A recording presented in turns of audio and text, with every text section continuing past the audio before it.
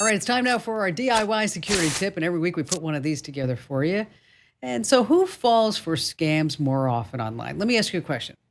Do you think it's the millennials or do you think it's the older folks? Are you ready for the answer? Younger people reported losing money to online scams more often than older people. Let that sink in for just a second. Of those people who reported fraud and their age, 43% of the people in their 20s reported a loss of fraud, while only 15% in their 70s said that they did. But here's the key: people in their 70s lost almost double the amount of money than the millennials. But scams target people of all ages. And here are six sophisticated scams fooling even the most savviest internet users. Starting with number one, your benefits are not in danger. Here's the deal. Maybe you get an urgent phone call from the Social Security Administration. They're claiming that your number is being suspended or benefits are about to end.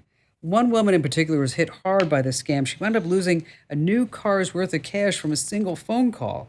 Just remember, the SSA will never threaten or extort you. They're not going to suspend your number. They're not going to end your benefits. Number two, unauthorized use of your device. Here's what I'm talking about. You have an Apple phone. It comes in, it says Apple ID. It says you need to take security measures right now to keep your account safe. Maybe you get a tech support phone call. Your first instinct should be to always check the number and to make sure that everything's legit. And by the way, real tech support agents won't be asking you for personal data over the phone.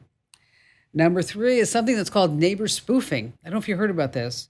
Random scammers are making random phone calls that look almost like your number, or sometimes it may have your first area code and the first three digits. Maybe it even is your number.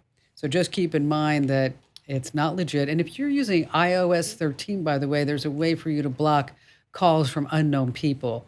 And we've got more information about that. As a matter of fact, in my USA Today column that will be posted to the site this weekend.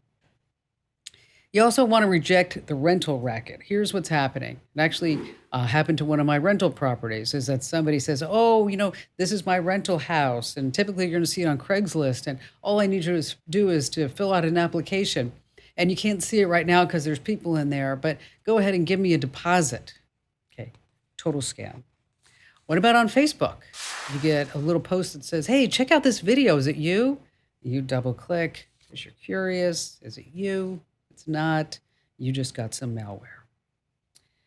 Number six is always be careful. You're going to see things for sale online, and people are going to promise that a certain percentage will go to a charity or an activist group, or maybe sales scams where it's just too good to be true. You want to be careful. And we have a handy dandy scam checking tool that you don't want to miss from the Better Business Bureau.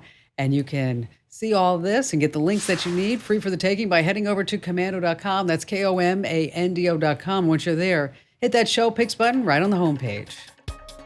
Hey, thanks for watching. Now, a few things. Don't forget to click the like button and also subscribe to our YouTube channel.